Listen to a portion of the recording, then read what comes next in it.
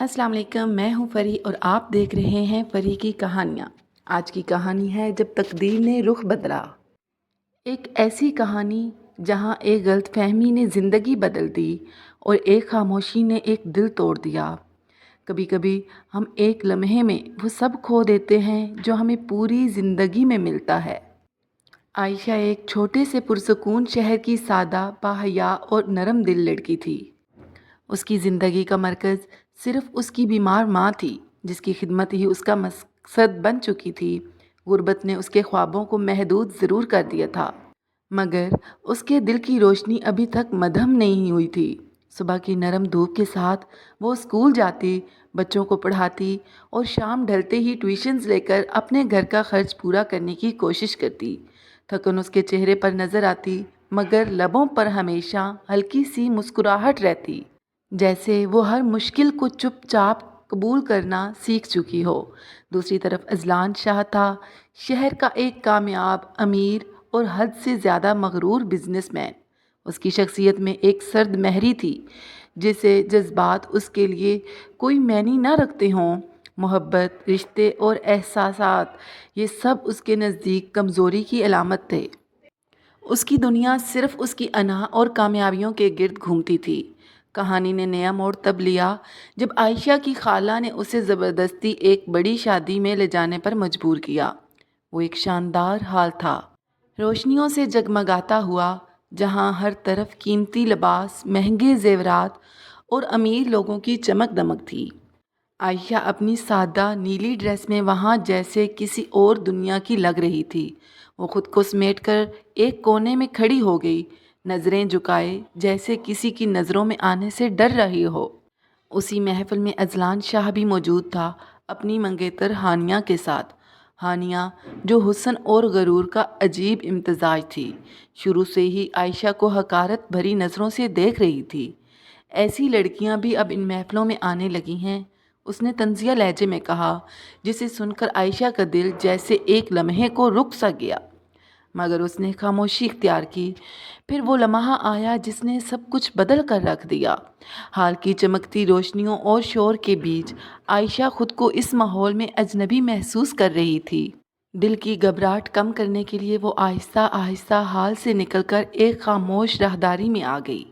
वहाँ सुकून था, मगर एक अजीब सा डर भी। उसी बेध्यानी में उसने एक दरवाज़ा खोला और अगले ही लम्हे उसके कदम वहीं रुक गए। अंदर अजलान खड़ा था, फ़ोन कान से लगा हुआ, आवाज़ संजीदा, लहजा सख्त। मैंने कहा भी था ये डील किसी भी कीमत पर फाइनल होनी चाहिए, वो बात कर रहा था और आयशा जैसे सांस लेना भूल गई। सॉरी, उसके लबों से बेमुश्किल निकला। वो फौरन पलटने लगी, दिल तेजी से धड़क रहा था, हाथ कांप रहे थे, मगर अचानक दरवाज़ा ज़ोर से खुला। ये क्या हो रहा है? हानिया की तेज़ चीखती हुई आवाज़ ने जैसे पूरा माहौल चीर कर रख दिया। आयशा साकत रह गई, उसके कदम जैसे ज़मीन में जम गए। हानिया की नज़रें गुस्से और शक से भरी हुई थीं। वो आगे बढ़ी और तेज़ लहजे में बोली, मैंने पहले ही कहा था, ऐसी लड़कियों पर कभी भरोसा नहीं करना चाहिए। नहीं, आप गलत समझ रही हैं। आयशा की आवाज़ कांप रही थी, आंखों में आंसू भर आए, मगर उसकी बात मुकम्मल होने से पहले ही बस, हानिया ने हाथ उठाकर उसे रोक दिया। ड्रामा मत करो, मैंने अपनी आंखों से देखा है। इसी शोर में लोग जमा होना शुरू हो गए। चंद लम्हों में दरवाजे के बाहर हजूम लग गया। हर चेहरे पर तजस्सुस, हर आंख में सवाल, हर जुबान पर सरगोशियाँ। क्या हुआ? कौन है ये लड़की? अजलान के कमरे में ये जुमले तीर की तरह आयशा के दिल में लग रहे थे। उसकी सांस रुकने लगी, आंखों से आंसू बहने लगे, मगर वो कुछ कह न सकी। उसने एक नज़र अजलान की तरफ उठाई, शायद वो सच बताएगा, शायद वो उसे इस इल्ज़ाम से बचा लेगा।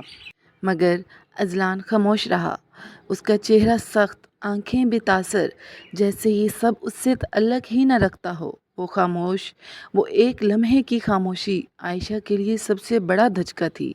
हानिया ने तंजिया हंसी के साथ कहा, देख लिया सबने, यही होती हैं सादा सी नज़र आने वाली लड़कियाँ। आयशा का दिल टूटकर बिखर गया। वो कुछ कहना चाहती थी, चिल्लाना चाहती थी, अपनी बेगुनाही साबित करना चाहती थी, मगर الفاظ جیسے اس کے لبوں تک آ کر مر گئے اور وہ بس کھڑی رہ گئی، آنکھوں میں آنسو، دل میں درد اور ارد گرد الزاموں کا شور۔ یہ وہ لمحہ تھا جہاں ایک معصوم لڑکی کی عزت چند لمحوں کی غلط فہمی میں داؤ پر لگ گئی۔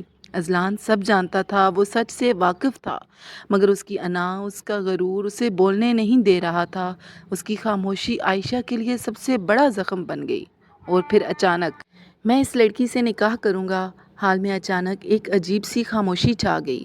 ہر طرف سرگوشیاں تھیں، نظریں تھیں، سوال تھے، اور ان سب کے بیچ عائشہ کھڑی تھی، سر جھکا ہوا، آنکھوں میں آنسو اور دل جیسے ٹوٹنے کے قریب۔ اس کے کانوں میں صرف ایک ہی جملہ بار بار گونج رہا تھا، میں اس لڑکی سے نکاح کروں گا۔ یہ الفاظ اس کے لیے کسی سہارا نہیں، بلکہ ایک ایسی زنجیر تھے جس میں وہ جکڑی جا رہی تھی۔ وہ بولنا چاہتی تھی، کہہ دینا چاہتی تھی کہ نہیں، مگر زبان جیسے ساتھ چھوڑ چکی تھی۔ اس کی نظریں بے اختیار اپنی خالہ کی طرف اٹھیں، پھر اپنی ماں کا چہرہ اس کی آنکھوں کے سامنے آ گیا، کمزور، بیمار، بے بس، اور وہ وہیں ہار گئی۔ چند گھنٹوں بعد ایک سادہ سا کمرہ جہاں نکاح کا انتظام کیا گیا تھا، نہ کوئی خوشی کی آواز، نہ کوئی قہقہ، بس ایک بوجھل فضا، جیسے دیواریں بھی خاموشی سے سب کچھ دیکھ رہی ہوں۔ عائشہ سفید لباس میں بیٹھی تھی، مگر وہ دلہن نہیں لگ رہی تھی۔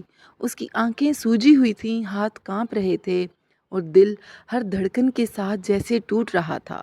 قاضی صاحب کی آواز گونجی، بیٹی، کیا آپ کو یہ نکاح قبول ہے؟ کمرے میں مکمل خاموشی چھا گئی، ہر نظر عائشہ پر جم گئی۔ اس کے لب ہلے مگر آواز نہ نکلی۔ آنکھوں سے آنسو ٹپک پر اس کے ہاتھوں پر گرنے لگے۔ دل چیخ رہا تھا، یہ میری مرضی نہیں ہے، مگر زبان خاموش۔ دوسری طرف اذلان بیٹھا تھا، چہرہ سنجیدہ، آنکھیں سرد، جیسے یہ سب اس کے لیے صرف ایک فارمل ڈیسیژن ہو۔ اس نے ایک لمحے کے لیے عائشہ کی طرف دیکھا، اس کی آنکھوں میں وہ درد صاف نظر آ رہا تھا۔ وہ سب سمجھ رہا تھا، مگر پھر بھی خاموش رہا۔ قاضی صاحب نے دوبارہ پوچھا، بیٹی، جواب دیں، کیا آپ کو یہ نکاح قبول ہے؟ عائشہ کے ہاتھ اور زیادہ کانپنے لگے۔ اس نے آہستہ سے آنکھیں بند کی، ایک گہری سانس لی، اور پھر ٹوٹی ہوئی آواز میں کہا، قبول ہے۔ یہ الفاظ نہیں تھے، یہ اس کے خوابوں کا جنازہ تھا۔ قبول ہے۔ دوسری بار، ہر لفظ کے ساتھ اس کا دل جیسے بکھرتا جا رہا تھا، قبول ہے۔ تیسری بار، اور اسی کے ساتھ ایک معصوم لڑکی کی آزادی، اس کی خواہشیں، اس کی خوشیاں، سب کچھ جیسے خاموشی سے دفن ہو گیا۔ قاضی صاحب نے اعلان کیا، نکاح مکمل ہوا، مگر اس لمحے نہ کوئی خوشی تھی، نہ مسکراہٹ، صرف ایک رشتہ تھا جو مجبوری، خاموشی اور غلط فہمیوں کی بنیاد پر قائم ہوا تھا۔ عائشہ نے ایک لمحے کے لیے اذلان کی طرف دیکھا، شاید کسی تسلی کی امید میں، مگر وہاں کچھ نہیں تھا، نہ پچھتاوا، نہ نرمی، نہ احساس، بس ایک سرد خاموشی۔ اور اسی خاموشی نے عائشہ کے دل میں ایک بات ہمیشہ کے لیے بٹھا دی، یہ نکاح محبت نہیں، ایک سزا ہے۔ اذلان کا رویہ دن بدن زیادہ سرد ہوتا جا رہا تھا۔ وہ عائشہ سے بات کرنے سے کتراتا، گھنٹوں گھر میں رہ کر بھی اس سے اجنبیوں جیسا برتاؤ کرتا۔ اگر کبھی عائشہ ہمت کر کے کچھ کہنے کی کوشش کرتی تو وہ مختصر بے رخی سے جواب دے کر بات ختم کر دیتا، جیسے اس کی بات کی کوئی اہمیت ہی نہ ہو۔ کبھی اس کی نظریں، کبھی اس کا لہجہ، ہر چیز عائشہ کو یہی احساس دلاتی کہ وہ اس گھر میں صرف ایک بوجھ ہے۔